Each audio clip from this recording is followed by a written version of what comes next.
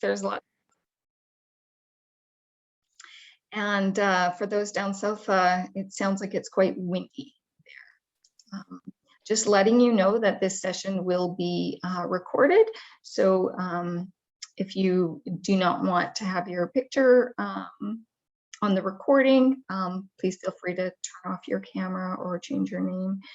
We will also have live captioning of this event as well. So I'm going to start by sharing, well, before I share my screen so that I can see everybody, I'm just going to introduce to you your facilitation team for today. So we have Caroline, who is going to be co-facilitating with me today, and she is one of our Mentoring in Schools subcommittee community members, and she was the co-lead for AMP and is continuing to stay with us and help us with all of our mentoring activities as we move forward this year.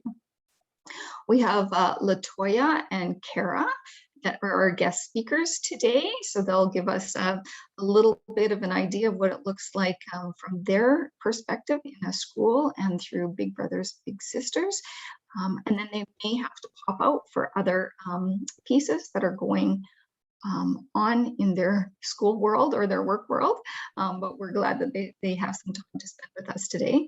We have Al Chapman joining us. He is the co-lead. He's the Community Engagement and Relationships co-lead for AMP. And he's joining us today.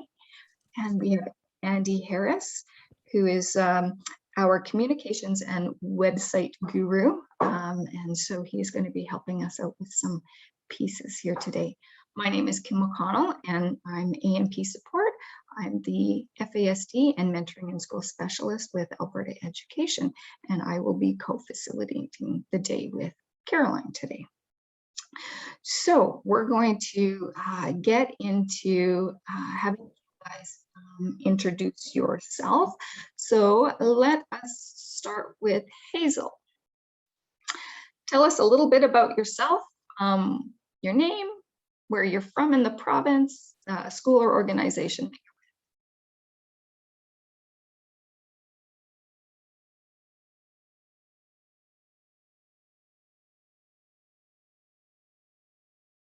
He's may have stepped away, or there might be technical difficulties. How about we start with you, Chris? All right, sure. My name's Chris, and I'm a settlement worker in schools here in Jasper. I just started it. I just started working in this role this year, so it's all very new to me, and I'm enjoying it and having fun working with the kids. Thanks, Chris. Do you know Anna, the clerk? Yeah, her office and I, we're right beside each other. And Carla? Yeah. Wonderful. Yeah, we all work in the same office. Great. Well, we'll move down the highway to Jen.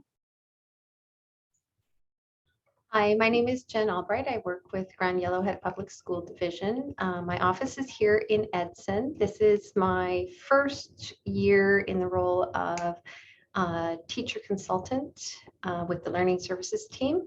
And my role is mainly working with classroom teachers and teachers who've been assigned lead teacher roles in their schools, having to do with Indigenous pathways, our school nutrition program, our superintendent youth council, which the mentoringship piece fits in quite lovely with, assessment and curriculum, and any duties assigned, and they have been varied and necessary as things come down from the province. So I'm happy to meet you all. Thank you. Thanks, Jen. It's great to see you again. Desiree. Hi, everyone. I'm Desiree. I'm the program manager at RYP Canada. It's a new organization that we've actually rebooted. It was a summer program prior to it now being a non-for-profit organization for youth of the Black diaspora here in Canada. It's my first time in this role. I'm coming from more social media marketing backgrounds, but I'm really excited to be able to develop new programs for the youth that we serve. So I'm happy to meet all of you. Great to see you again, Desiree. Astrid. Hi. I'm not sure. Can you hear me? Yes. Okay. My name is Astrid, and I work for the Sylvan Lake FCSS and FRN. I am the Child and Youth Empowerment Coach, and I work on developing anything from after-school programs to mentoring programs. So I'm excited to get involved with this. Great to have you with us today, Astrid. Welcome, Krista. We're just introducing ourselves, telling folks where we're from in the province and what our role is. Hey there, I'm Krista Carlson. I'm the FCSS Youth Services Supervisor with the town of Sylvan Lake. So actually work with Astrid as well. So yeah, as Astrid said, we run a ton of programs through our youth center, through our FRN. We have community-based, in-school and career-based mentoring programs. We're actually right now in the middle of hiring a new mentoring coordinator. So we're just, we'll be shortlisting for that today. And yeah, as well as suicide prevention, mental health promotion programs in the schools as well. Glad you could join us. Jeffrey. Hello. I am a program coordinator from Frontier College. And so we basically run programs within schools in the community in Edmonton. So yeah, that's to provide support with literacy and also numeracy. Thanks for sharing, Jeffrey. Arlie? Hi guys, I am a FSLW in Mother Duville School in Beaumont. So for those of you that don't know, it's the Family School Liaison Worker.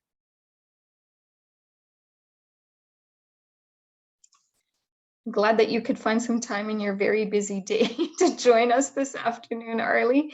And I was just out in Beaumont for the first time on Saturday in a long time. They have done an amazing job of sprucing up the main street down there. It's beautiful. Hazel.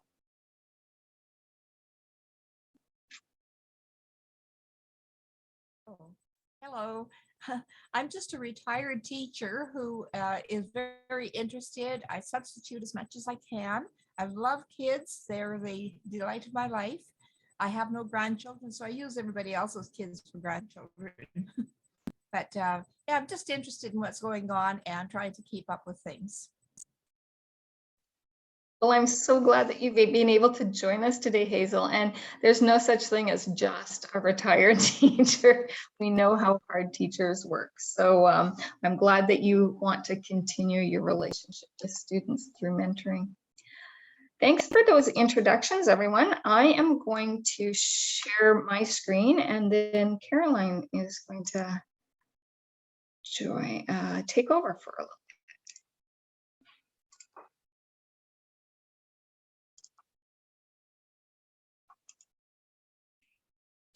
Thanks, Kim. I know some of you are pretty well aware of the Alberta Mentoring Partnership, or AMP as we like to call it. Others may not be quite as aware, so I'm not going to spend a lot of time on this, but the Alberta Mentoring Partnership is really an entity. I don't know that we would consider ourselves an organization or an agency. We have a little bit of a different kind of collective impact-y kind of structure, but the vision of AMP is that young people thrive through mentoring relationships. And the mission of AMP is really to strengthen Alberta's capacity to support and enhance mentoring. In this strategic plan, so 2020 to 2023, one of the changes is that we've really broadened our definition of mentoring. So in addition to the formal kind of one-on-one mentoring that we may think first about when it comes to when we hear that word mentoring, we're really expanding that to look at different forms of informal mentoring. So people who touch kids' lives in youth serving organizations, or perhaps coaches you know, teachers, we all know we've got those kids that always want to hang around. So looking at those kind of informal mentoring opportunities and how can we help those individuals strengthen those relationships that are happening already. So just something to think about. And a lot of youth serving organizations may not see themselves in AMP, and we're looking at how can we do a better job of using language that is inclusive of those organizations. So just something to think about there. So that's really who we are. And a lot of our work is around, nobody in AMP does direct mentoring, but we support others who do. So again, whether that be agencies that have mentoring as their core work, other youth serving organizations, schools, even individuals. So that's basically what we are there to do. And today we're here because of an initiative around a teen mentoring collaborative community network. So AMP was fortunate, I think 2 years ago, maybe 2.5 years ago, to receive funding from a private donor to look at the idea of teen mentoring. So teen mentoring in schools, but also teen mentoring in communities. And this donor recognized that mentoring has huge benefits for adolescent mental health and well-being. So they really wanted to see increased amounts of teen mentoring happening across the province in order to improve our youth's mental health and well-being. And we know that, I mean, it's always been important, but right now, as we come out of COVID, even more important, as we know a lot of our youth have lost some of their connections, have been feeling more isolated. And when we think about that idea of mentoring, it really is about creating connections and creating relationships. And for our teens, that ability to be able to give back to somebody, and we know the benefits that that has for our mental health. And so we've created this collaborative and looking at face-to-face and hopefully in the spring or virtual sessions, and hopefully in the spring, some face-to-face sessions where we can actually gather together and have in-person conversations and be able to work at tables and talk about what each of us is doing. So that's kind of what is the impetus behind these webinars. And when we talk about teen mentoring, we're talking about engaging junior high and senior high aged youth to mentor younger youth. There's also, you know, that idea of informal mentoring when we have like buddy reading in elementary schools. We're not really considering that teen mentoring, yet it is a really important form of mentoring and can have a huge impact on both the mentors and the mentees. So often in a lot of our schools and settings and also organizations, youth serving organizations, we don't always have the luxury of having the support of a dedicated mentoring organization like Big Brothers Big Sisters. So when we talk about teen mentoring, we're trying to be inclusive of places that have that support, but also places that don't. So when you don't have that support, things like matching, training the mentors, providing that ongoing support, which is so critical with teens when they're mentoring, is done in-house. So either by staff at that youth serving organization or staff at the school. Sometimes it's through, I've seen schools use parent volunteers really effectively.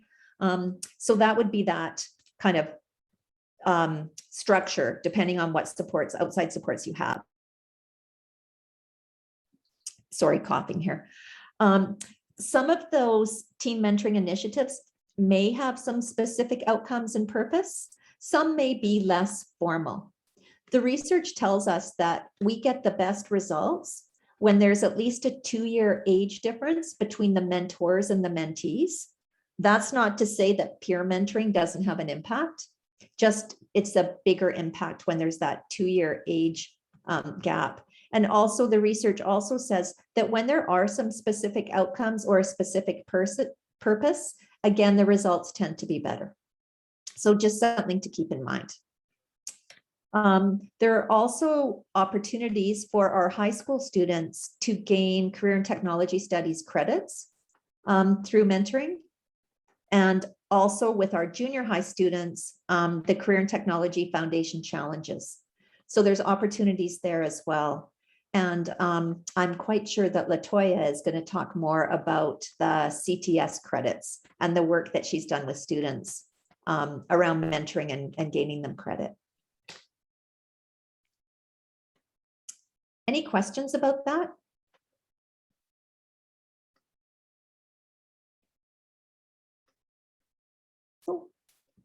Okay. Our objectives today are for you to hear about and explore teen mentoring. We have two guests that are going to join and share things from their perspective. And then we're going to give you an opportunity to discuss the unique aspects of mentoring in your setting, whether it's rural or urban, whether you're within a school or an outside youth serving agency supporting our schools.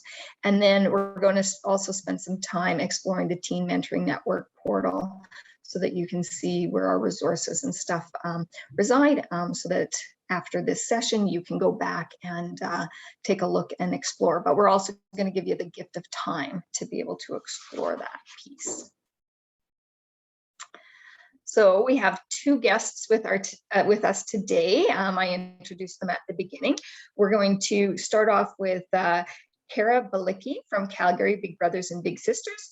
And she's just going to share with us a little bit about the Penpal program that they started for their mentors and mentees as a way to stay connected as we shifted into some of the COVID restrictions that were out there. And then she's also going to share a little bit about her teen mentoring program. So Kara, I'm going to stop sharing so that you can share your slides. And just while Kara brings up her slides, and I'm sure, Kara, you're probably going to address this, so I might be really redundant here.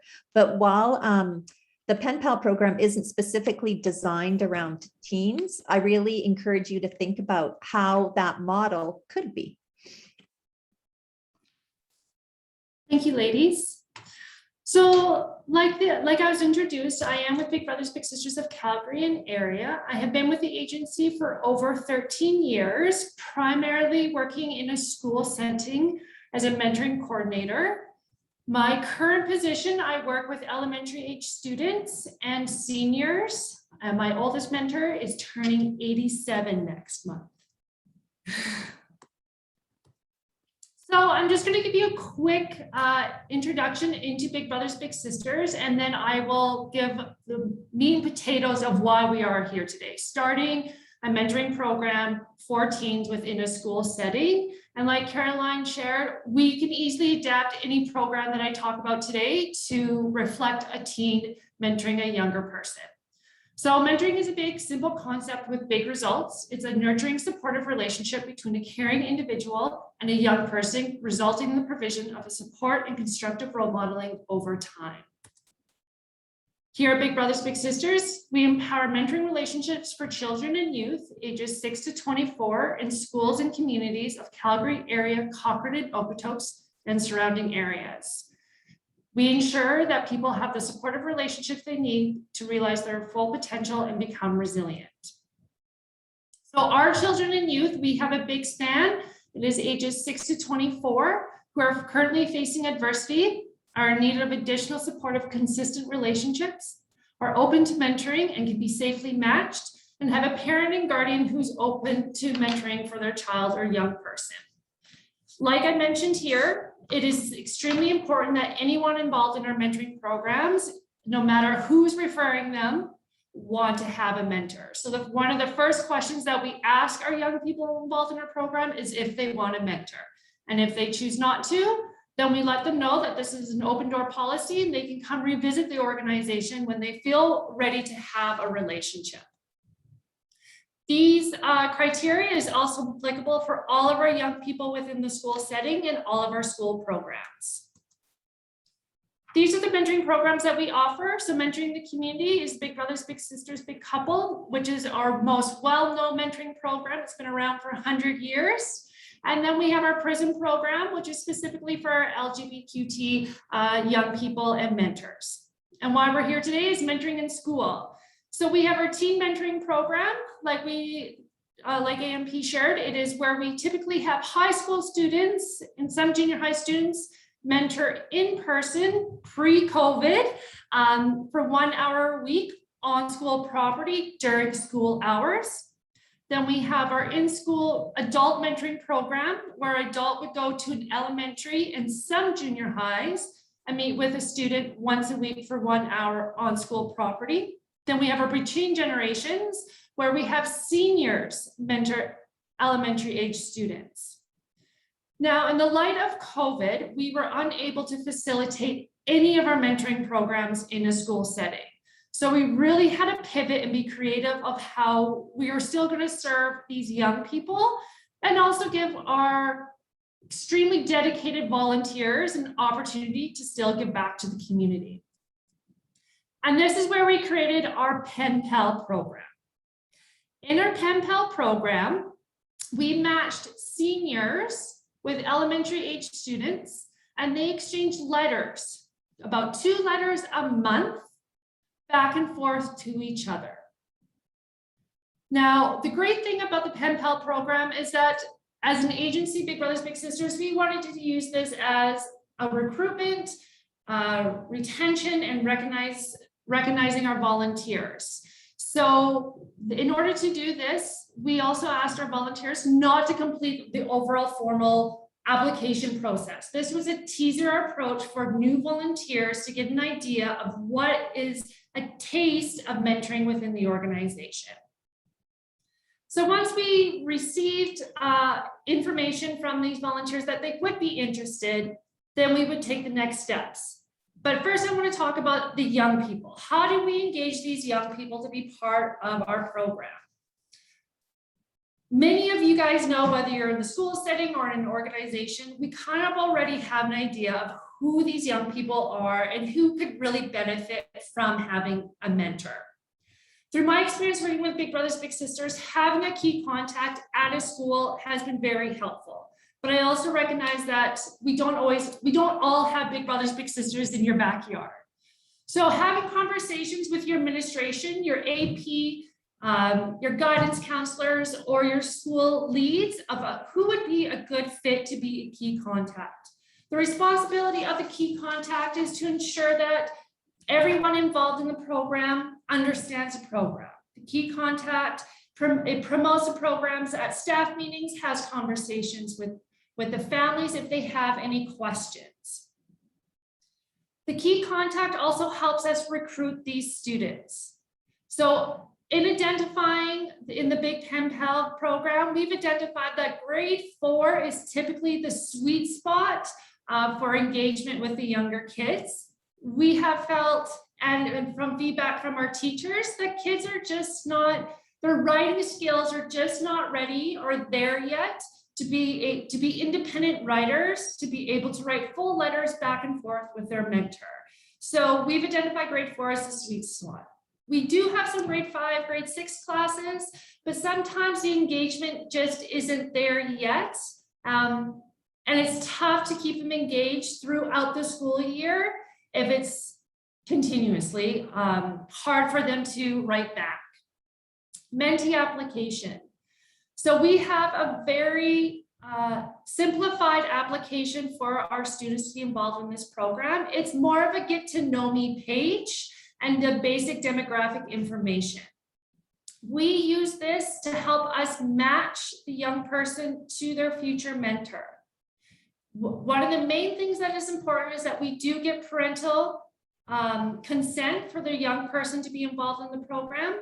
And we also get consent for media, because as we've learned as we're growing this program, a lot of the volunteers like to have pictures and like to have visual representation of who this young person is. And so instead of going back and trying to backtrack, we feel that if we get this consent right from the beginning, it is free for the young person and their mentor to exchange photos of each other with permission. Training, because a young person and their mentor are not physically meeting in person, and all letters are screened by myself at the agency, training was definitely scaled back just to reflect the need to know basis of how to write a letter to your pen pal and the basic rules around that. So there would be no contacts outside of the pen pal writing. There's no exchange of personal information. It's important that they recognize that this mentor may ask questions that they don't feel comfortable with. So really, like you guys all probably already do within your professional settings, really talking about boundary setting and the importance of boundary setting in letter writing, but also in their personal life as well. We also talk about in our training, in the event that there is something that is going to be disclosed, no go tell. So who is our circle of support? Who are people that they can go identify to go talk to if they feel that their mentor is disclosing something to them. But we also encourage them to take that outside of their mentoring relationship and once again into the full scope of their personal life. Heaven forbid if something happened to them, we want to encourage and build their community of support, that their mentor isn't just one person, but they're able to identify others. So as an agency, that is one of our training techniques, is to always challenge who the young person identifies as their community of support, so they know that they have more than one person to always go to. Now, getting our pen pals ready. Like I mentioned, we currently have seniors 55 plus writing to elementary age students. Now, this can easily be adapted to a teen mentoring program. We are currently launching our first time this year, a teen mentoring big pen pal within Calgary. Now, we are lucky, and I recognize we're fortunate that we have existing relationships with these schools for us to easily slip this in. But I do feel that it is possible within a school setting. You could easily have a grade 6 student write to a grade 2 student. And I know I said before, grade 4 is ideal, but we also recognize that it doesn't have to be writing. There's many different ways that young people can express themselves and share big news with another person. I think once again, it also creates a community support within your school setting. In my experience working with mentoring within schools, our goal is to create a community of mentoring within each individual school that we have programming in. And I feel that the Penpal program would help create that community of mentoring within a school setting. So just like the littles, the big pen pals, the mentors have a very simplified application process as well. Since we be working with teens, we would need parental consent form included in that and another media consent. And the application, once again, is just a basic demographic. That's to help us get matching information to help us create healthy matches, as well as in our program that we operate, I physically mail the letters back to the mentors, but in a school setting, the teachers could easily exchange the letters back and forth to each other. For training, we provide an orientation video for our pen pals to review at their own ease. I do have the video, but I am considerate that we are on a tight timeline. So if anyone is interested in viewing our video, please contact Kim and Caroline, and I provide that for them and they can share it with you. This is a picture of our pen pal kits. Every individual involved in our program, the mentee or the mentor, is provided with a pen pal kit. Our goal is to make it as easy and seamless for not only the student, but also the teacher. The teacher is paramount in making this program possible. The teacher is responsible to carve out time in the curriculum to allow time for the students to write back and forth to one another. So the Pen Pal kit includes stickers, stamps, writing, different writing materials, anything creative to help create the creative juices for their writing letters. How we set it up is that we always have the mentor write the first page to the mentee. Personally and professionally, I just feel as the adult or the older senior member, we need to lead by example, and I feel like setting the tone is a healthy way to start the program.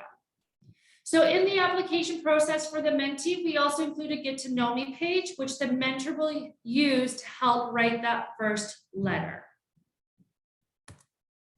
this is where we are. This is why we're here today. So the big 5 key points of starting your own program, your big Penpal program, where 2 letters are exchanged a month between an older person and a younger person. There is a key lead. The key lead, like I said before, is responsible to help recruit and identify young people and mentors to be part of the program. My challenge to you is that where are these people, not necessarily the key leads, but where are these older people that could be mentors? We've had leadership classes participate in mentoring. We've had teachers just identify key students that would be great for the program. Another great thing is maybe check out your current curriculum and how you can incorporate letter writing within your curriculum. Some feedback from teachers is they felt that the live exchange of letters really mimicked the work that they were doing, but the fact that a student had to absorb a question that was asked and think of a response and then actually write the response back in a letter, she saw huge value and an increase in literacy skills within that simple task that as adults, we take it granted of. Like I said before, grades 4 and 5 are ideal, but to easily slide into my third point of flexibility of time and place. Being creative and being flexible of who are we working with? What is the best time to work with it?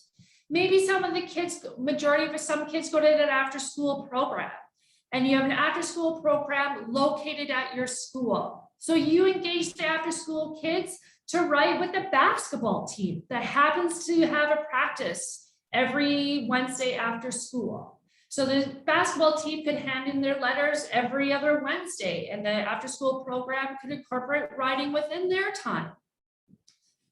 It doesn't have to happen during school hours. As long as there is support for the young people, as in creating time and space to write a letter, and then as long as the teacher is able to support, or someone is able to support the young mentees with their writing and creative expression, that is the most important. We don't expect it to be 4-page letters. We just want an expression of who they are and how they're feeling, and appreciation for their mentor. Key partners.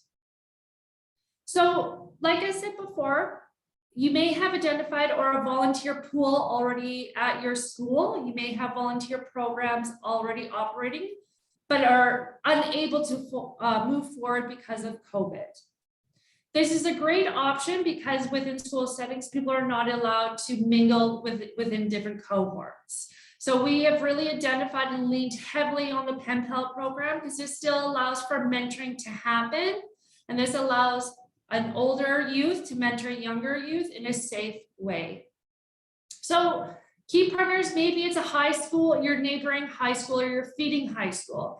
Talk to your friend who's a high school teacher there and see if maybe you can exchange letters from the high school to the elementary level. Some schools go to grade 9, so K-9, which would be the most ideal situation because it is all in-house. Really identify who would be your key partner within the high school, junior high setting for the mentors, and who would be a key partner for the elementary level. And investing in orientation and match support. We want everyone entering into our programs to feel confident and ready to be a mentor. And that includes doing our due diligence, by providing this orientation and continual match support. Like previously shared, as an agency, that is my job, match support. And not everyone has big brothers, big sisters in their backyard. The match support with Big Penpal program doesn't have to be heavy burden on the individual leading the program. It could be a quick check-in at the end. It is required that you read all the letters to make sure that we're meeting all safety standards. And if you see anything highlighted or anything followed up, that could be a match support. Quarterly or maybe monthly, you could meet as a group and see how things are going. Being creative and flexible of how match support may look is really important because I recognize as teachers, you have more than enough stuff on your plate that it's hard to continuously add to it. So I just wanted to have a healthy balance for you to be able to provide this program to other people. Do I have any questions thus far? No? Okay. The main thing with the Penpal program, like I mentioned, is that all letters are reviewed by an adult to ensure safety, because not everyone is fully screened and fully trained. So it is just a tip of the iceberg of mentoring. So we are in the process of launching this inner team mentoring program. We do have an outside high school that will be writing to an elementary school. So these are two separate schools, and we do have contacts with each individual. We do have a key lead at each individual school. We are also exploring this in our rural settings, which is a completely different demographic, and we recognize that. So sometimes we need to be flexible, and we don't expect each person to write 2 letters a month because it's just not possible. So we recognize that, and we just want to be considerate of everyone's time and their availability to invest in the program. Mentoring society shows that children who do well despite serious hardships have at least one stable, committed relationship with a supportive adult. Being invested in, whether it is by an adult or an older person, is extremely important for all young people involved. So I really challenge you to incorporate the Penpal program. We've been operating it just shy of 2 years, and we've had amazing outcomes from the program that we did not expect. We thought this would just be a nice teaser, a nice band-aid for a COVID effect. And in fact, it just blossomed into an amazing program. And we have currently 60 volunteers from ages of 15 to 88 participating in the Penpal program. Like I said, if any of you have any questions, feel free to reach out to Kim or Caroline. I'd be more than happy to provide any of my resources available. Or if you'd like to reach out to me personally, please feel free to do so. And thank you for having me today.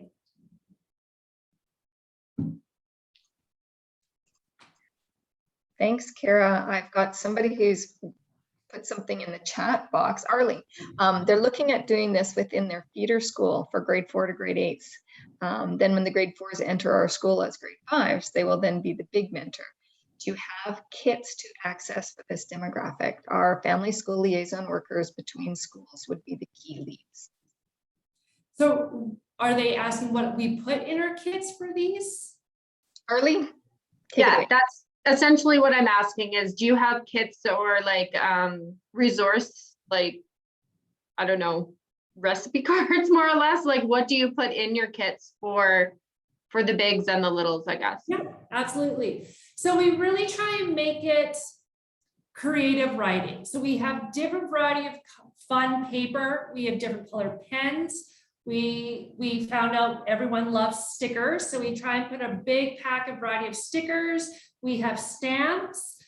We're also, just off the cuff, we're also thinking of incorporating maybe a little bit of reading literacy even deeper into it. So starting a little bit of a book club with the seniors. So that is another idea that you can bring forward. Some of our seniors also like to include pictures of themselves.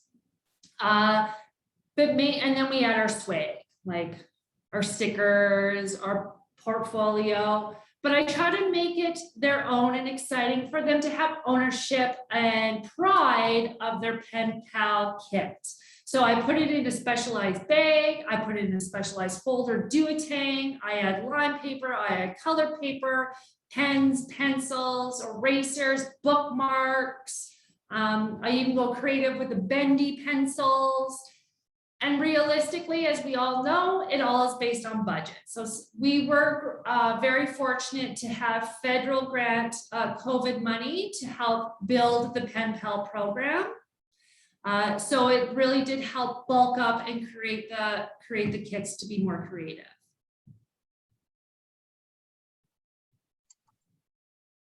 Krista, thanks for your comment in the chat. She talks about having great success with a Grand Pals program in their community. And did you want to share a little bit, Krista? Yeah, I mean, it was, pretty much the same. It was a response to COVID, not being able to do our in-school mentoring program. And I'm fortunate because I work within FCSS, we have senior supports as well.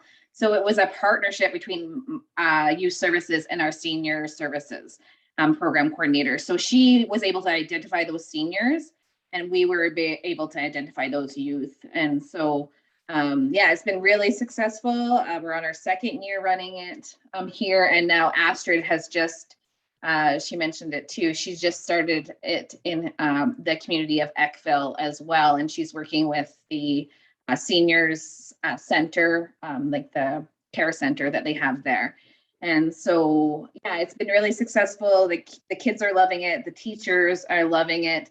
I was reading through our last set of them, and one of the things they did was they shared recipes back and forth, their favorite recipes. And so, they decorated their little recipe cards, and it was really, really, really cute. And we're seeing not only is it really impactful for those kids, but for those seniors too. And we did ensure that we're, identify seniors who were a little bit more isolated, weren't able to leave their home for various reasons. And we have our home support workers who actually go into their homes and deliver those items for them as well. So yeah, it's been really great. And I just love the program. I think we'll continue it long past when we have to.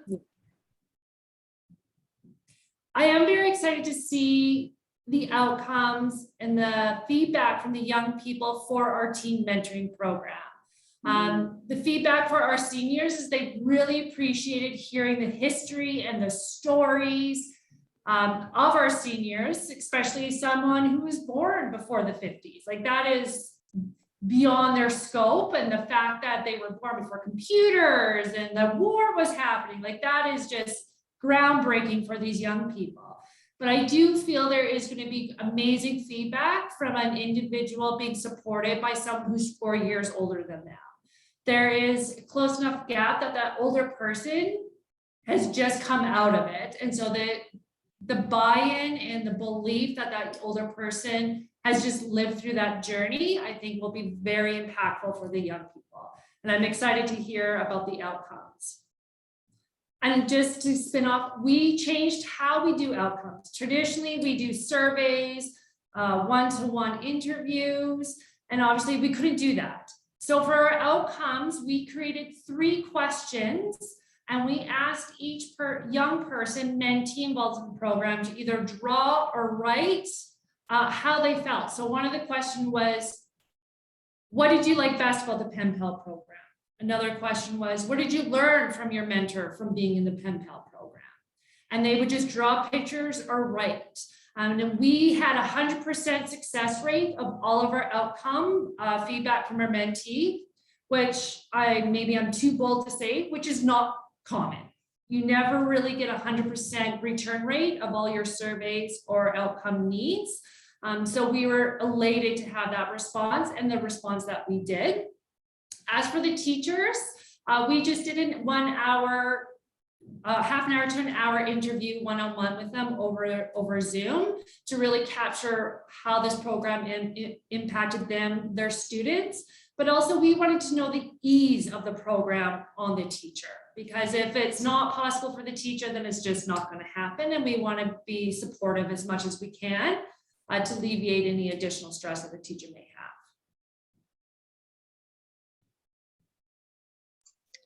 Astrid, go ahead.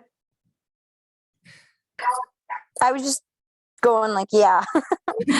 I heard Kara speak at the mentoring summit that happened a couple weeks ago now.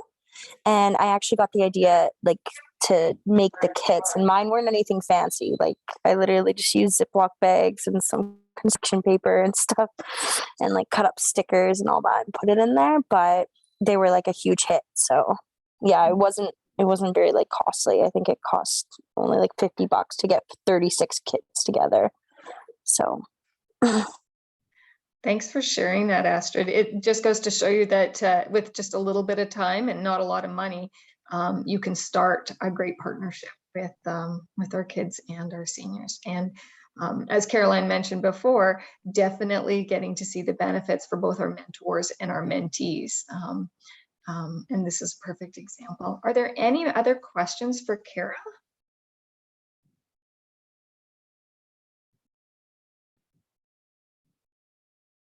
That was my wait time. So thank you, Kara, so much for coming and joining us again. And if you have any questions, just reach out to Caroline or myself and we'll get you in touch with Kara, or we'll find out the answers so that you can start a program like this in your organization or in your school if that's something that you're wanting to do. I believe, Kara, you're welcome to join us for the rest of the afternoon, but if you have other work commitments, we understand. And so thank you. Thank you, everyone. Caroline, would you like to introduce our next guest? Sure. So I'm really excited that we have Latoya with us today.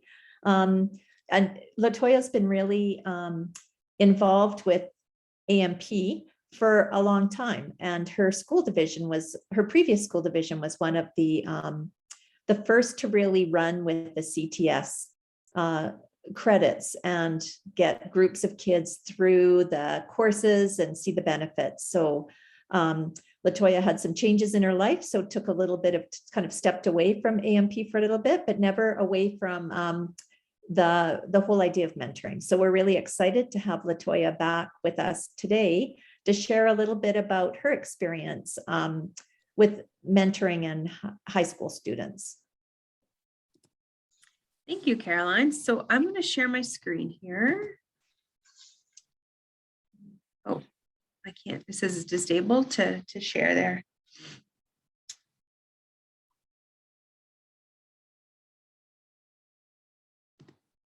All right, here we go. So as Caroline said, I did this for a while back in Fort Vermilion School Division. I'm currently a principal now in Golden Hills School Division. But we started this a few years ago, quite a few years ago now, and we were one of the first to implement it. And I was very excited that we were the first Indigenous school to get certification. So all the kids were certified and got their mentoring certificates. And we got some cool swag from AMP at the time, and we have our shirts on, and it was quite exciting. Since then, I've kind of helped some people get theirs started, and you have the structure that I'll give you today, and then there's so many different varieties that I've helped people get, and they've kind of written me and tell me the changes that they've made. So I will start this presentation. I'm having internet issues right now as well.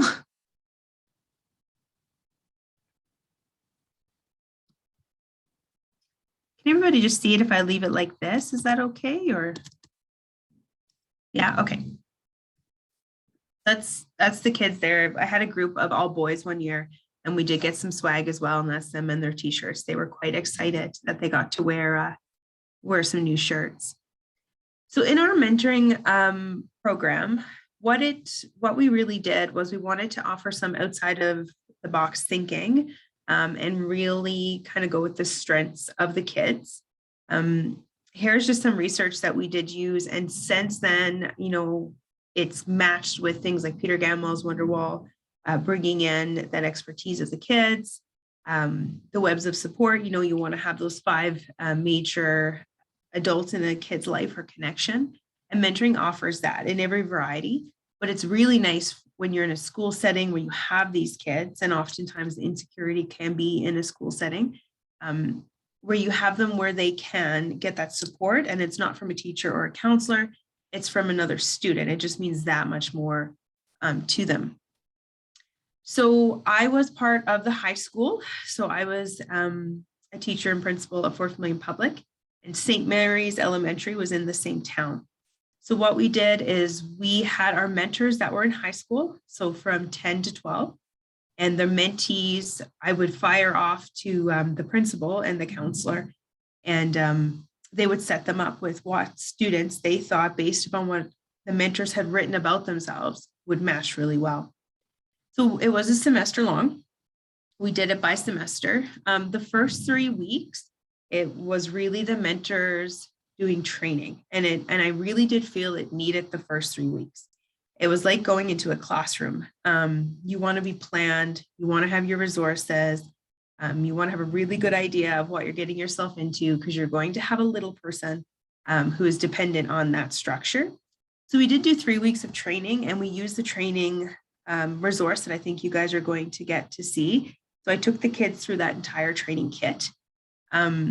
And that focused on the 1050, so the HSS 1050 credit. So when they were finished the mentoring training, they actually received their certificate. They were certified to then become a mentor, which is great for high school. You know, you put it on your resume, you now have your certification, and you're ready to go. And it was really important because there's a little test at the end. They also wrote some things for me at the end of that. And we did a very what do you think? What are you going to expect? So that we could do a reflection at the end. So that training, I thought, it's definitely essential. And it really got them set up. And then every year that it happened, I could give them scenarios that had come up to learn from them. And they started, so the second year, one of the exits for the mentors was to write a letter to the following mentors. So, day one, you would get a letter from a following mentor about what the experience was. And it was really cool because it was often it started with you might think you know what it is, but you don't. And, it's so much cooler, and you're going to enjoy it. And it was really cool that way. And then we did, for us, we did Mondays and Fridays. They remained in the classroom with me. So we did our schedule so that there was a classroom portion. And the reason why we did that was, well, A, there was outcomes that you couldn't meet directly with face-to-face mentoring. It was a little more difficult. And B, we wanted that reflection piece, which was really, really important. The reflection, the training, the going back out there, the planning. So it was much like a lesson plan sometimes, where we broke it up in themes. We had weekly themes. And again, we designed this as a class the first 3 weeks. One of them, for example, was self-esteem. So we would meet on Monday. We would go over what that was, the vocabulary. What do you have to teach your mentee this week? What's a craft you guys can do? What's been going on. And those class sessions were so much fun. We got so much learned, so much was learned to them. And the kids really enjoyed those sessions. And then Tuesdays and Thursdays was active mentoring. So they would walk down the hill to St. Mary's or catch a ride because they're high school kids and they can drive a lot of the times, but we did do it so they could walk down as well. And then they would do active mentoring in that school. The principal was fantastic at always finding us a little spot that the kids could use. And then she always made sure some gym time was available. Sometimes we had really active kids. And the most important thing for me in the elementary school in our partnership was that I had to be very clear that they weren't EAs. And they weren't there to tutor. They could do that. If they were done their curriculum outcomes for that week, they could do that for sure.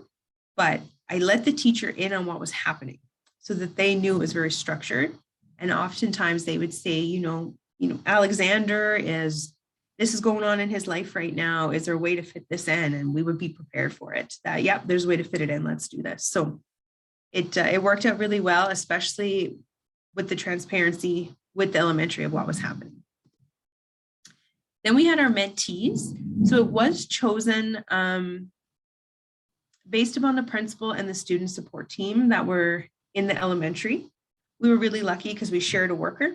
So they kind of knew both ends of the spectrum of the students. But they know their kids. They know their kids well. And the principal would meet with the teachers and say, this is what a mentor does. What do you guys think? Who do you have in mind? They would get a list and the student support team would help and bring that list down or shortlist the students. And then Tuesdays and Thursdays were the sessions with the mentors. At first, we did have I can remember the first year, you're taking them during math class, you're taking them LA, can you come during health class? We don't want to use up any classroom time. And as a teacher, I totally understand that. And then that went away very quickly because mentees were not missing Tuesday, Thursdays. That was, they can miss every other day and they were coming Tuesday, Thursday. and they noticed the improvement in the kids. So they were more open. They were getting their work done. They were saying things like, well, I'm going to do that with my mentor, or can I do this with my mentor? So the teachers were really open in that. So that did help when they started to see the progress. And again, if it was something big that they were missing, that would be a time where the mentor would be like, you know what, I can do that with them. Or I'll come 15 minutes later. And we always worked in partnership with them. To keep my connection to the mentees as well, we did do 2 focus groups, and we got feedback from the kids, and then we did one as a group. So I met with the mentees first, and I had some structured questions. I thought I would need a lot to keep them talking. I didn't. I think I needed 2 questions, and there's a lot of, it's so cool, we get to do this. And so I did 2 of those to get some feedback, and then I could change it. So I can remember one year we were doing a focus group, and a bunch of the little kids, they were like, we really want to read books, and they don't read us any books. You know, we're always doing crafts. So we brought in some reading. And another year was like, we'd love to use the gym. How come we never use the gym? And so we brought in some fitness activities. So it was really nice to do that, check in, change it so that they enjoy themselves, and then keep going.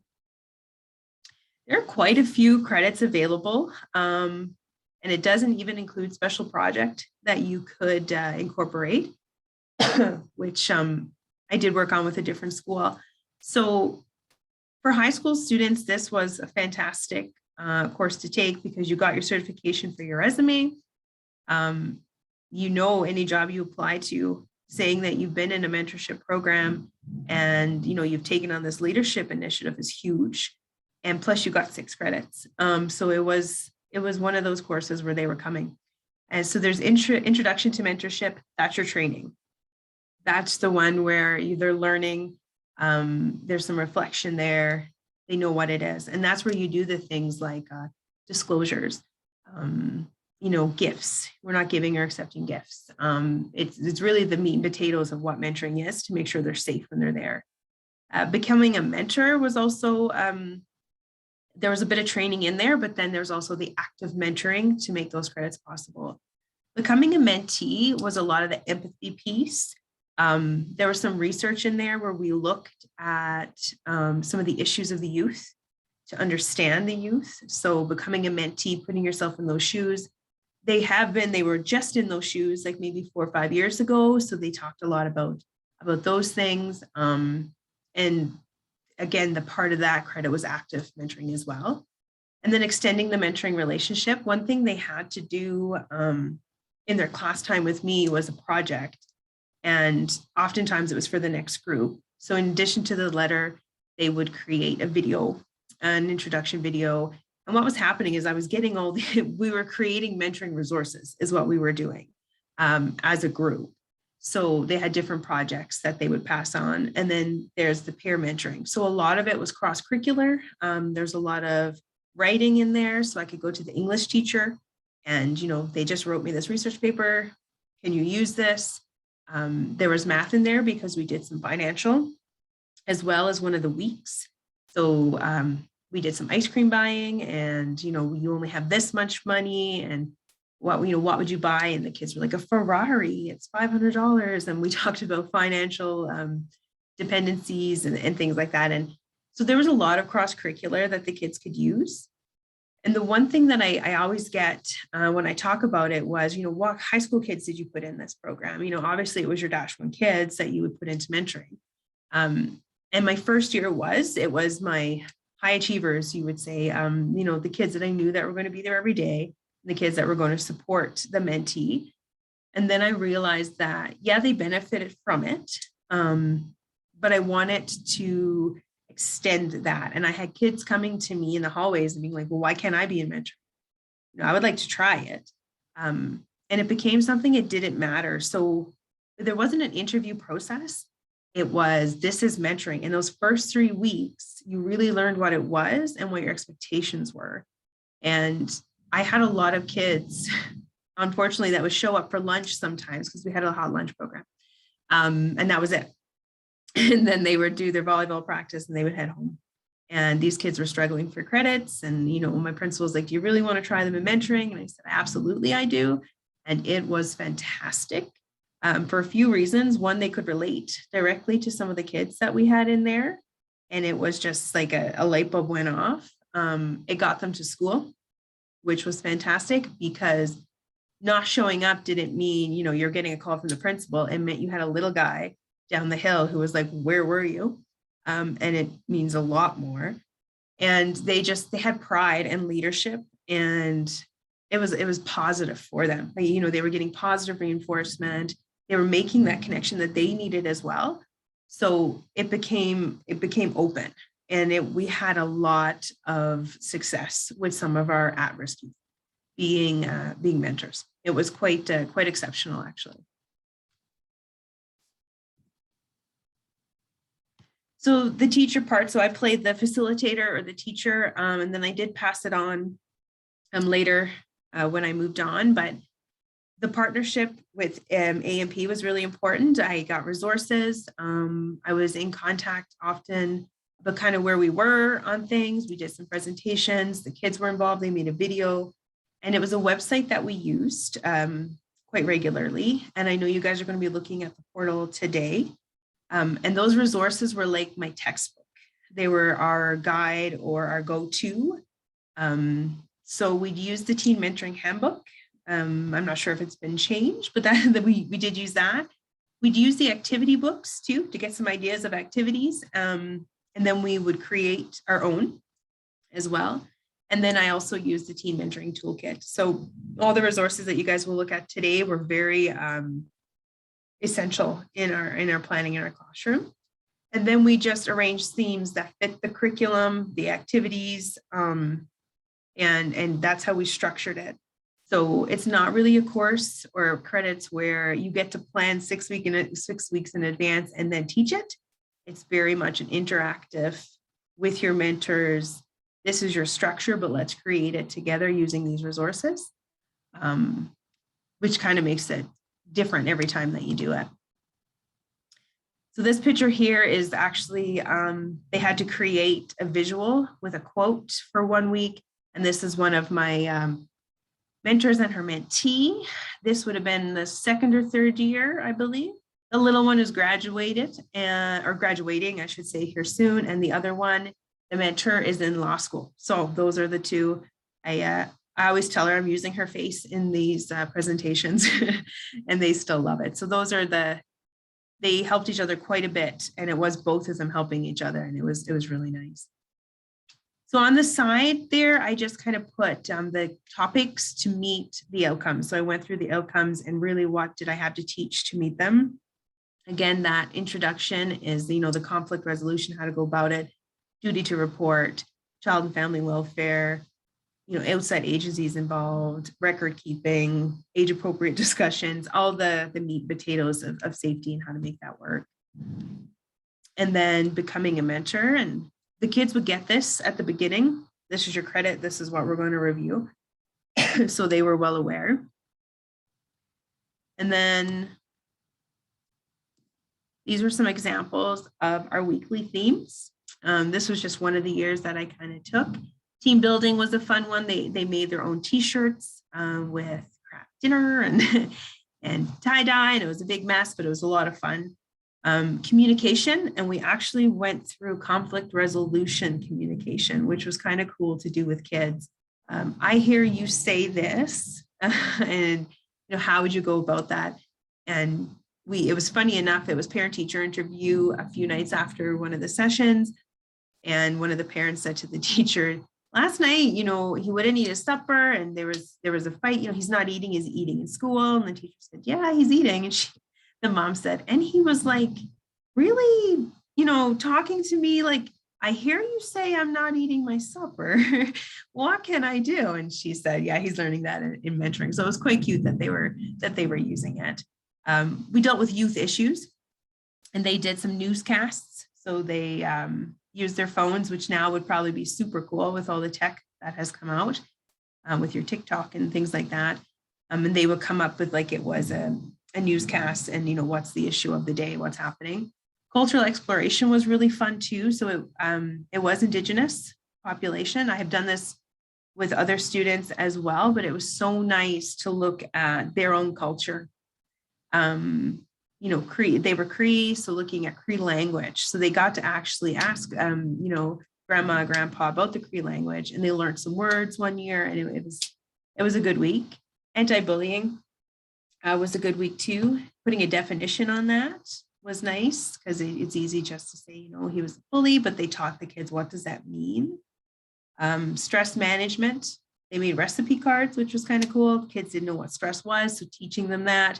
And then they had their little cards of what do I do, my breathing techniques, things like that. So those are just some examples. There were quite a few. And then this is just a breakdown of some of the credits. That was one of the videos that they did make. And then some of the benefits that we see. So this is actually mostly just from reflection in our research as a school. We wanted to track it.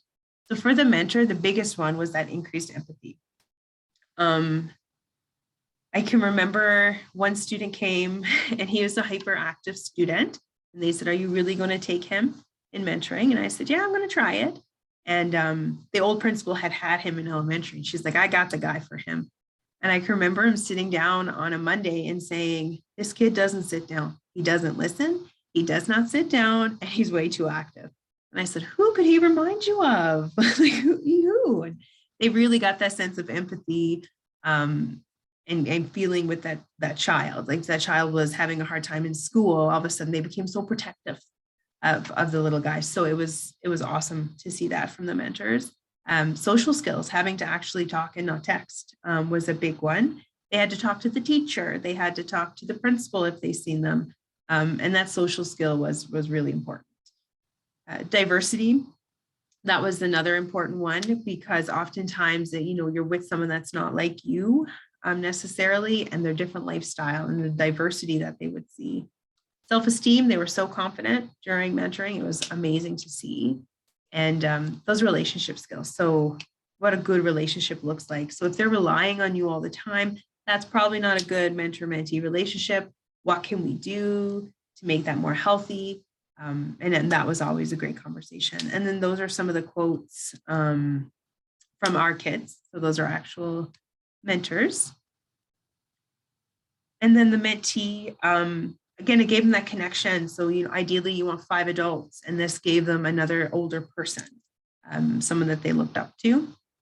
It taught them strategies for social interaction, especially if they were shy. How do you interact? You know, oh, my mentor does this. My mentor, you know, he carries his backpack to school. That was one of the big things. They had hooks in grade 3, and he's like, my mentor uses a locker. Like, I would really love to have a locker. And then he just wanted to be like his mentor, and his book bag was all clean, and they were just they were idolizing them a little bit and looking up to them, which was really nice. Gave them a reason to attend regularly. That was a big one from the parents that we got back. They wanted to be in school. They didn't want to miss. Importance on academic achievement and success in schools. Even though some of our kids weren't necessarily academic or high academic for our mentors, they always pushed academics with the little guys, which we chuckled about a little bit. You know, they're not passing in their math, but they're like, my little guy didn't do his homework. And, you know, we sat down and we got that homework done. And we're like, okay. So it was always highlighted, you know, you got to graduate. You want to graduate high school. So that became important. They wanted to do really well. And then self-esteem. So they always had, second semester, they would do a talent show in the elementary. And that's the picture of our little guys down there. So the mentors, our boys, took a group of extremely shy mentees, and they did a whole talent show. It was absolutely amazing. Teachers are in tears because these little guys, and it was probably one of the cutest moments. So it definitely takes them out, it builds them up a little bit, which was really nice. And then that are some of the quotes from the mentees that we did. And then that's my contact information there. I do I've helped a few just brainstorm because every school looks different. Some don't have an elementary right down the hill. Some have an elementary right in there. And what can that look like? So yeah, I do miss it. I'm not going to lie. I miss it quite a bit. Thank you, Latoya. Really appreciate your insights into how to do that. And I think you were really creative in how you combined those, the different courses, because I know some people think that they have to do it sort of lockstep.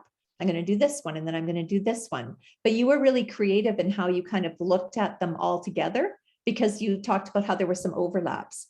So, you know, what one activity could cover objectives in multiple courses, which I thought was really a creative way to look at that and to get those students there, all 6 credits or all 5 credits. Yeah, there's a lot of overlap when you look at the curriculum. There's quite a bit of overlap if you make like a bigger assignment that would cover 3 or 4 of those credits, which is really nice. Great, thank you. Any questions for Latoya?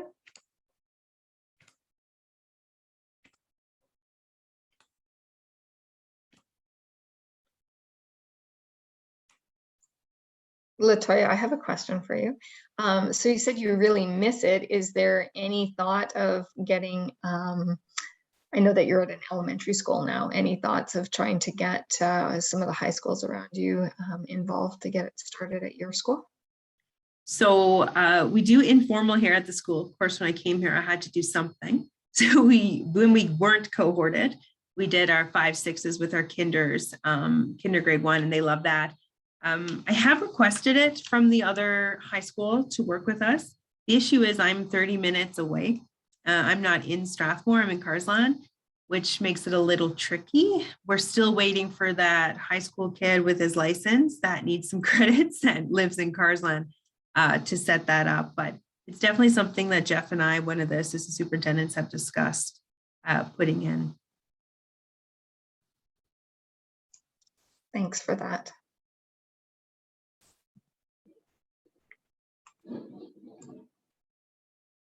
Any other questions?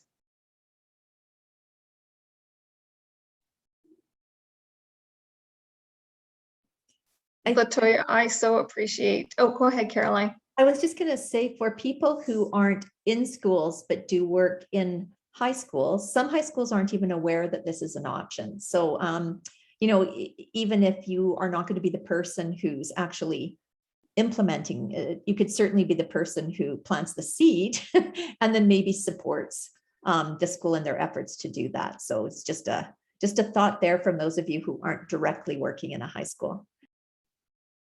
Yeah, I was just going to say we did that with our local high school too. I was at a mentoring conference, a summit, like when we were able to do it in person years ago, and that's when I learned that high school students could actually get credit from this. So I presented that to the high school, and then we did it within their leadership class, and it worked out really, really well. I mean, obviously students got credit for it, but they also went well above and beyond what they needed to do for the program. And one of the things that we did, I know it's not possible for every community, but we have 1 high school in our community and 4 elementary schools. So we set it up so that each elementary school received mentoring 1 day a week with a teen mentor. And we were a requirement of our mentoring coordinator is to get a class 4 license so they can drive our community bus and transport kids. So they would pick the kids up at the high school and transport them to their mentoring school on their day of mentoring. So that worked out really well. We haven't done it really since COVID hit, of course, but it was really successful prior to that. And the schools I cannot wait to have it back. I love that you showed some of those outcomes, because you know some of the things that we were seeing too is kids only coming to school on days that they had mentoring. That was like their favorite day of school. We had kids who were on suicide watch lists who were taken off those lists because of mentoring. So huge impacts that it has on these kids for sure. Can't wait to have it back. Thanks, Krista.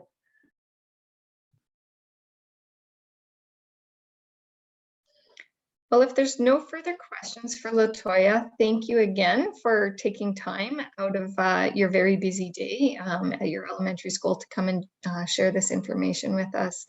If folks have any questions, they can reach out to Caroline and myself and we can connect them up with you. So thank you. For sure. Yeah, I think someone had asked for the slides and I can definitely share those. You just want to fire me off the information and I will, I'll share them. Thank you, guys.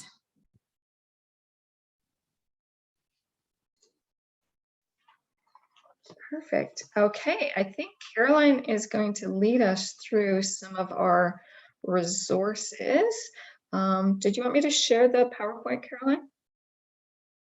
Oh, you're on mute. It's probably easier if I just go to the website. Perfect. Because then I can kind of, well, hopefully navigate around it. We'll see. Thankfully, Andy's here if I'm struggling. So can people, oh, can you see that now? So if you go to, this is what people haven't been on to our website before, this is what the kind of the homepage looks like. And when we are looking at, I mean, there's lots of information in these different, under the different tabs. And the resources that Latoya referred to, so there's just some general information there. The resources that Latoya was referring to are in this tab, if it's going to open for me, and under mentoring resources for schools.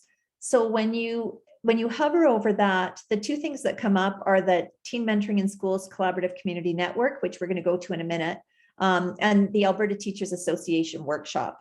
There are lots of other resources here. So if you click on it, you will get a list of the different resources for schools. So some of these, the Making Positive Connections, it really talks about the power of relationships. Some of these documents, if you find yourself in a position where you kind of have to sell this, there's good information in there that can build a case for why this might be a good idea. Same with the framework for building mentoring relationships in schools. There's some really good information in there to use, again, to make a case for mentoring in schools. There's some really great planning templates in here that provide you with things to think about, getting you to think about who else is in your community that can support mentoring, things like budget, transportation. So all of those kinds of ideas for planning. There are templates in this resource that you can use to kind of work through some of that and think about what is it that you're going to need to address if you're just starting. Strength-based classrooms and schools, just looking at how to come at things from a strength-based perspective. I loved the phrase on Latoya's slide about the brilliance of students. So how do we use what they're good at in our mentoring initiatives with them? This high school mentoring toolkit is one of the ones Latoya talked about. So there's a handbook and it's been revised in the last few years and an activity book. So the handbook really goes through everything that students would need to know in that first course. So in the 1050 course, you can use this handbook and it really covers everything. So it's written for students. Again, depending on the students that you're working with, my recommendation would be that you work through it with them. You don't just hand it to them and say, here you go, and we'll have a test at the end or something. Depending on students' reading levels, where they're at, if they're English language learners, they'll need some more support to work through it. But there's lots of really good information in there, touching on some of the things Latoya talked about, like disclosures, developmental kind of stages of kids. What can you expect when you're mentoring a 10-year-old versus what can you expect when you're mentoring a 7-year-old? That kind of information is all in there. There's lots of information about communication and how do you communicate? That idea about when something comes up, kind of conflict, how would you deal with that? So that's all in those books. And I have a little message that says Jen has her hand raised. Yeah, just as I'm listening to you talk about this specific handbook, I'm wondering if there's a guideline for about how many hours of a commitment it would be to go through it with a group of students? You know what, to be honest, I don't know how long it would take to go through the whole thing. And I guess it would depend on how in-depth you want to go into each section. I would say that depending on what you're doing with those courses and looking at the outcomes, you may not have to do the whole thing. You might do some picking and choosing which sections are going to be most appropriate given what it is that you're doing with your students. Okay, thank you. I have a group of students who are part of the Superintendent's Youth Council. So there's members from every high school in our district. And this would be a very powerful thing, and maybe grant them some credits for being part of that and extend our relationships out beyond just our cohort. So that's great. Thank you. You're welcome. And if it was for, depending on what those students were going to do with it, right? Depending if they were actually going to go out and mentor somebody, there might be sections of it that are more applicable to their role than other sections. Kind of along with that is the activity book. And the activity book was also revised. Some of the feedback that we got, we did a little focus group a number of years ago now. And some of the feedback that we got on the activity book was that the activities were really elementary based, and there weren't a lot of activities that would be appropriate for junior high mentees. So if a high school student was mentoring a junior high student, they didn't feel that there was a lot in there that was appropriate. So it was revised and there were some activities added that would be more appealing to junior high age students. A lot of the activities in this book, not all, but a lot of them are around kind of career pathways, maybe career awareness, exploration kinds of things. And that was in part because this was created in collaboration with Advanced Education. So they were a partner in developing this resource. There's lots of ideas that you could use that aren't necessarily, you could change them up a little bit. What we also are hearing though from high school teachers is that they're fascinated by the fact that through going through these activities with the elementary or with their mentees, they're also starting to think more about what they're going to do beyond high school and what their interests are and kind of their career pathways. So it sort of serves double duty. But you know, I would say one of its weaknesses is that there aren't a lot of activities in there that you would want probably for the beginning of that mentoring relationship, where it is about relationship building. That being said, there are a lot of other resources that have lots of activities around relationship building. These you can download them yourself, or there's also, I just moved a whole bunch of boxes because AMP moved offices. There's also a lot of print copies available as well. So if downloading them and printing them is going to be a challenge, then we can send you print copies of them.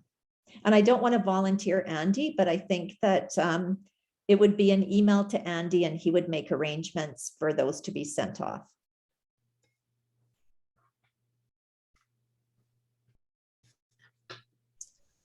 So those are those books. And then we go down here a little bit further. The other resource that Latoya referenced was this teen mentoring toolkit. This is kind of in the beginning stages of being updated. It initially was a joint project between AMP and the Society for Safe and Caring Schools and Communities. They no longer exist. So AMP kind of took over this resource and it needs some updating. So when you go into this, it's really like the DIY for setting up a teen mentoring program, especially if you don't have the luxury of having an organization that can support you in doing this.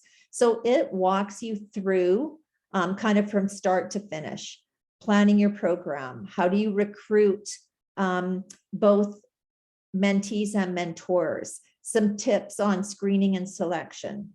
There's information in here about training and matching, and looking at different ways that you can do match meetings and activities to match. A great section on monitoring and support. The idea of match closure. How are you going to plan for the relationship when it ends, or is it going to end? So those kinds of conversations. And then that idea of reflecting and learning and improving. In this, there are also all kinds of tools and templates that are done in Word so that you can change them up to meet your needs. So there's like permission letters. There's examples if you want to do a little bit more of a formal interviewing of your mentors. There's scripts in there, ideas for questions. There are all kinds of templates, pretty much everything that you could possibly need that you can adapt in this resource. So it's another really great, great resource to look at. In here too, there's more information about the CTS courses. So you can download the courses here. It just gives you a little brief description of each of them and then provides you with more information. So those are the high schools that are those are the resources that are most applicable to the area of teen mentoring. Also here, okay, so I might need, here we go. Under the resources, there's the mentorship training. So there's an online orientation for mentors. It talks about here what it takes you through. And you can either stop, you can stop and start. You can start this mentor orientation. I think it's about an hour in total. Am I right, Andy? Usually about that, 35 to 45 minutes. That you can go through, you can stop and pick up again where you left off. Again, when I would do this with students, I like to do it with them. So they'd each be on their own device so they could get their certificate at the end, but we would go through it together in a group. So we could stop and discuss certain things. I could make sure they were understanding what we were talking about, but it can also be done independently. And then when they complete it, they will get a little, they can get a little certificate of completion. There's a little getting started mentor training manual. And now you can also get, you can print off the orientation. So if you can kind of look at it that way as well as going through it online. And it's at no cost. And you can sign up a large group. You can just go in and, you know, sign up yourself. If you're signing up a large group and they each want to get their certificates, again, you can contact Andy and he will help get that all set up for you. He just recently did that for a school in Jamaica, which was really interesting. So people from all over access that online orientation. So that's kind of a quick trip through the resources. And then if we go to so when you go into resources, you can go into the Collaborative Community Network portal. And here it has information about this cohort series, which today is a part of. It's got the different dates down here and the links.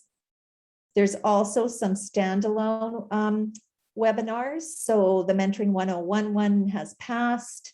The next one is on December 6th. Then we're talking about webs of support and other forms of informal mentoring. So that's available there as well. Intergenerational in February. And then in May, looking ahead to the next school year and talking about planning your mentoring initiatives. So those are all listed there. And then we can get into the online portal, which of course is going to test my skills here as I remember what my password is. Let's see. Whew. Oh, okay, not first time.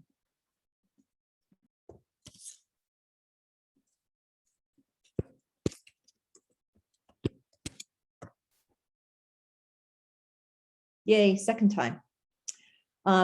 So when you get into the portal, along the side here, you'll see the dashboard and the different topics. And if we go to the dashboard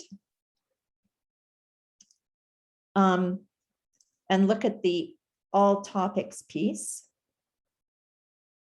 you'll see different sections in here. So even today, we'll give you a bit of time. If you want to go in and even go into the introductions and introduce yourself and see who else is on there, you can kind of send messages to each other, ask questions in there. There are different discussion topics in here. Just going to go back here.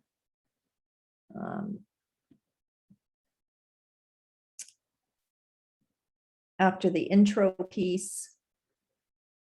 So there's different areas where we can have discussions. There's discussions on different topics. So here's, for example, the CTS and the high school course planning examples and sharing. This is all information that has been shared by Latoya and others around what she did. So she was really generous in sharing, her program rubric, her weekly planner. All of those documents are here and available for download.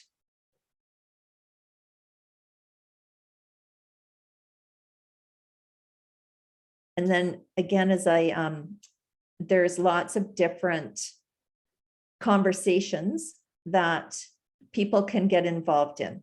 And so far, there hasn't been a lot of action on here, but we're really hoping that that will change and people will be able to go on and see what other people are talking about, maybe connect with somebody who's looking at doing something similar, and kind of be that support for each other and be able to even bounce ideas off each other through this portal, or even kind of meet each other and make plans to get together off of this site and have some conversations. So that's really the intent of the portal. Also, if you've come across really great resources that you've used, please send them to one of us and then we can post them on here as well so that we have a larger selection of resources for people to use. So did I leave anything out, Kim, Andy? The newsletter? Oh, yes, the newsletter. So if you want to if you don't already subscribe to our newsletter, it's a really great way of finding out about events and what's coming up. Just need to get out of here. Maybe I can't.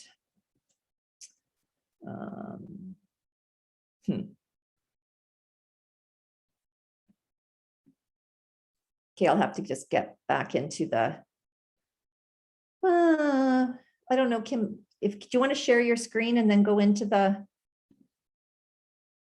I'll stop sharing and go into the website that way, and then it's just under the blog part.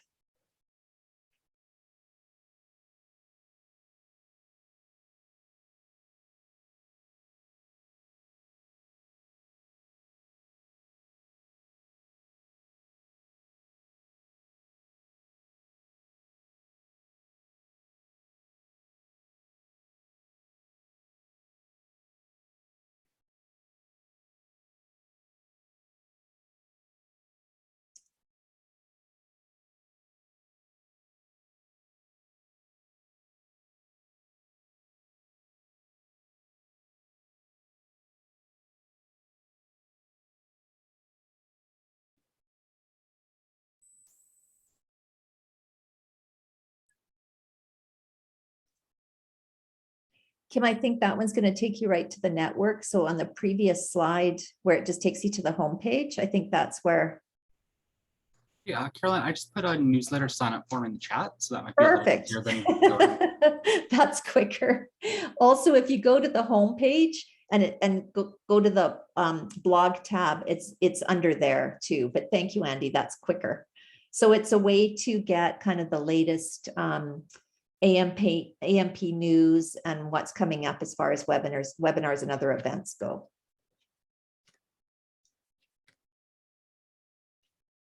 Oh, you're muted, Kim. There you go, got it up. So that's what it's going to look like. So if you wanted to take a minute to get into the albertamentors.ca website or sign up for our newsletter, we'll give you that time to do that right now. We have Andy here, so if you have any questions, just unmute yourself and he'll help us navigate through that. And if you have any questions about any of those resources or the website, please feel free to ask away.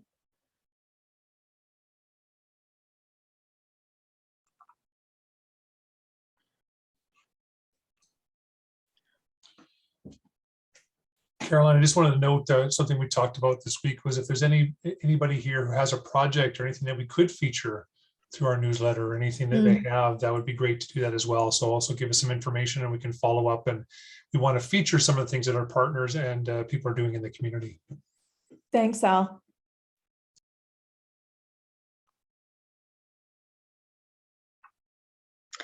Has anybody already signed up for the portal or the newsletter already, like prior to today? So I see Jennifer, Desiree, where's their hands? Desiree, do you want to tell us a little bit about your experience with those two areas? I raised my hand too soon. I signed up today, so I haven't had the chance to fully explore it yet, but I'm actually very excited to have access to all of these resources. Being new to this role and more so doing social media and program coordinating, I think this will really help me as well as the dreamers and mentors that we're bringing into our program. So I'm excited to get in there, but I haven't had a chance to look at it just yet, Kim, sorry. One of the other aspects of the of kind of the grant that AMP received to do this work was around resources.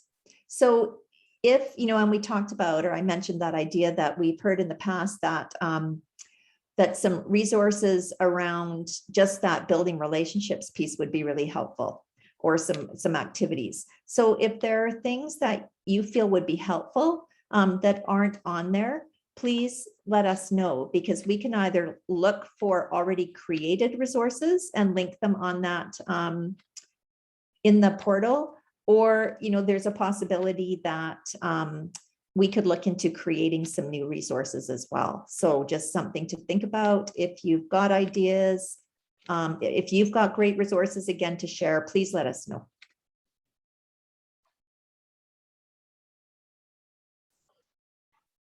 Any questions on this piece? Oh, Kim, I was just going to add about Tanya's work. So Tanya Taranjo is AMP's Indigenous Engagement Lead, and she's currently looking at creating some resources and tools that schools can use that are more specific to mentoring Indigenous children and youth. So hopefully those will be coming soon.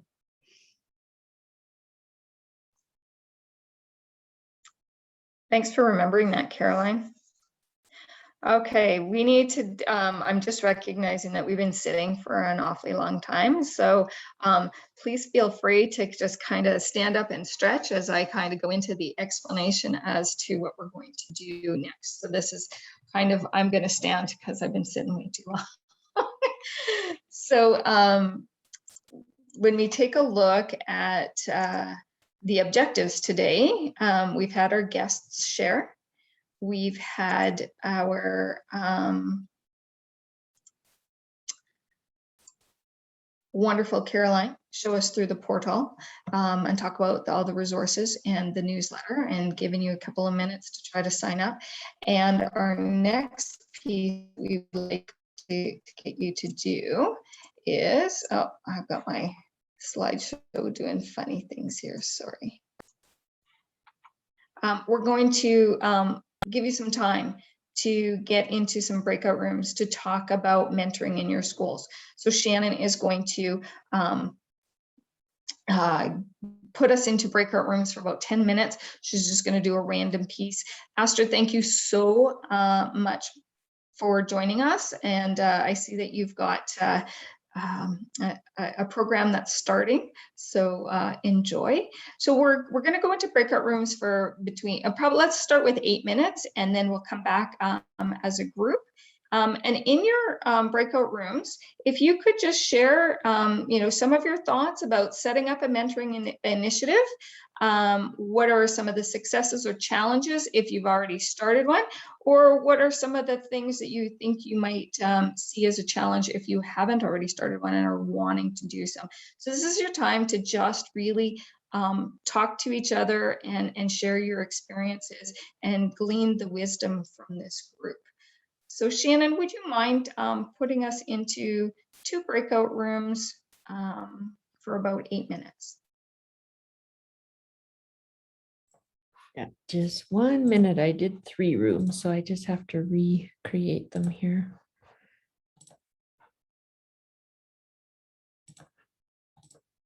Eight minutes.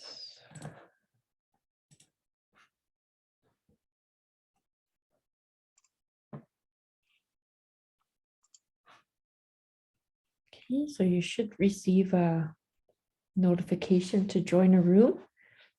Let me know if you do not.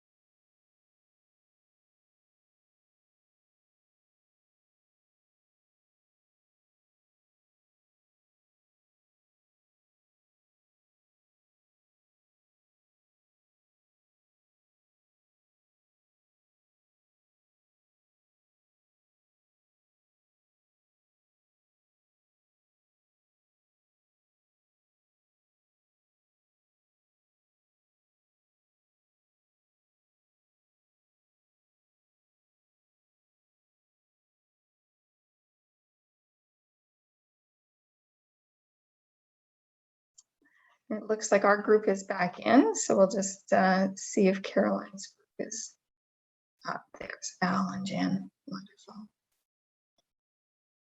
Well, I hope that gave you guys a little bit of time to kind of get to know what's going on in each of your areas. Share a little bit about where you're at and where you're headed. Before we go into the next little quick activity, and I realize we only have 7 minutes left and we want to honor your time today, I'd like you to spend just a couple of minutes to provide us with some feedback on our session today, because this information, we take that and then roll it into what we're going to do at our provincial webinar the next time that we get together, and then our other cohort series. So you can either scan the QR code or you can fill in the survey using this link. Caroline, could you put the link, or Andy, that link into the chat box? If you're having problems, sticking it into your web browser always works as well. So I'm just gonna give you a couple of minutes to fill that out, give you some nice music to listen to while you're doing that.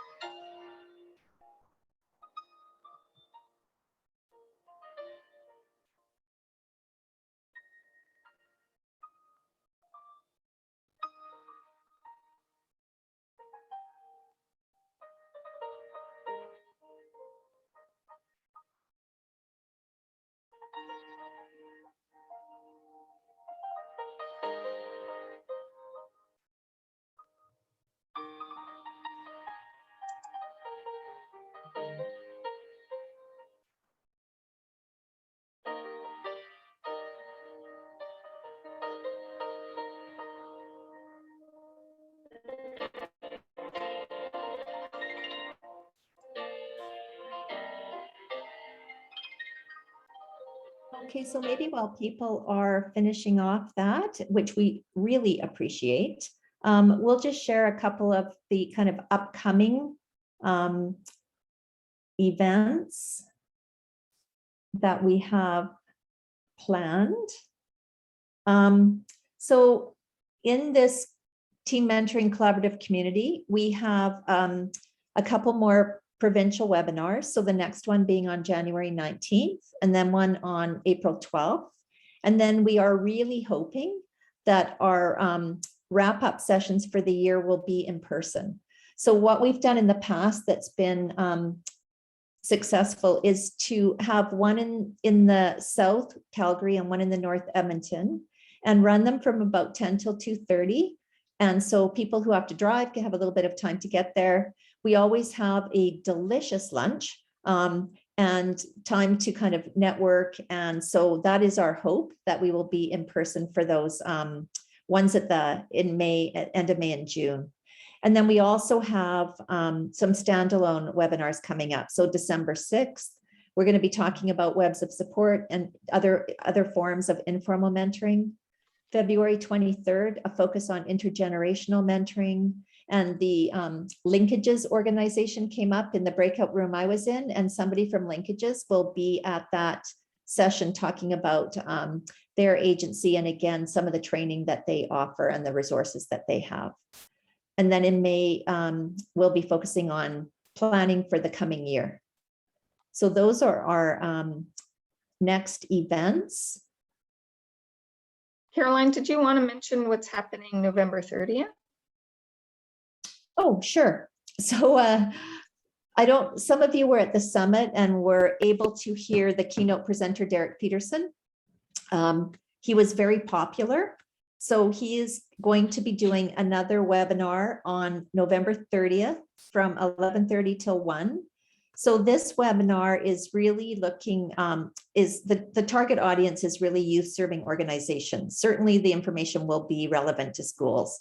And he talks about, it was interesting because Latoya talked about this, the webs of support and the 5 people in Youth's Live, the 5 anchors. So Derek's work is around ensuring that our youth are thickly webbed. So he'll be talking about that on November 30th. And I believe Andy put the link to register in the chat. Thanks, Andy. So that's another event if you are interested.